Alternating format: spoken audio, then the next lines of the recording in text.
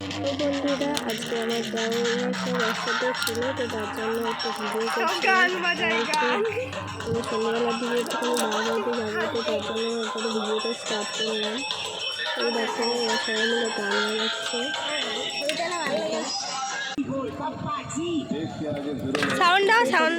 একসাথে ছিল বলে ওই জন্য আমি একটু ভিডিও করলাম। দেখো, চান করে বাড়ির কাছ থেকে এসেই মোবাইল ধরেছে, মোবাইল দেখছে। তারপরে দেখো সন্ধ্যা হয়ে গেছে, এখন আমি রেডি শেডি হয়ে যাচ্ছি। তো রেডি শেডিটা তোমাদের সাথে শেয়ার করে নিই, কারণ আমার কাছে একটাই মোবাইল, তোমরা তো জানোই।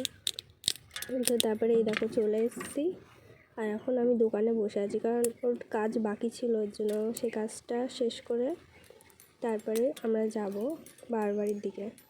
তো বাবার বাড়ির সামনেই কাজ করে। তো এই দেখো ওনাকে খাবার ভরে দিচ্ছিলো, মানে উনিও খিচুড়ি বাড়ি নিয়ে যাবে এর জন্য। তো তারপরে লাইটিংটা দেখো কতটা সুন্দর লাগছে, দেখো লাইটিংগুলো। আমরা যখন গেছিলাম না, তো সব তখন ফাঁকা হয়ে গেছিলো, কারণ 9টা বাজছিলো, তো তার জন্য ফাঁকা হয়ে গেছিলো। তারপরেও লোক ছিল। এই দেখো এখানে সবাই খিচুড়ি খাচ্ছিলো, তো আমরাও খাবো ভেবেছিলাম। তারপরে যাচ্ছি, দেখো এখানে হচ্ছে খিচুড়ি রান্না, দেখো এখানে রান্না হচ্ছিলো, আর ওখানেই খিচুড়ি ঢেলে রাখছিল, তো সেটাই দেখালাম। তারপর দেখলাম গুবলু ভাইকে কীরকম বসে আছে ওখানে। তারপরে এই দেখো আমি ঘন্টা বাজিয়ে চলে এলাম ঠাকুরের কাছে।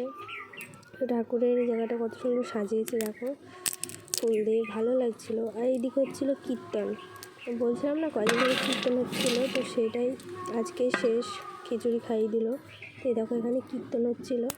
তো তারপরে আর ওই গাছটা দেখছিলো, ওই গাছটায় ঢিল বাঁধা হয়। তো তারপরে বেরিয়ে এলাম, ভেবেছিলাম খিচুড়ি খাবো, তো খাবো না।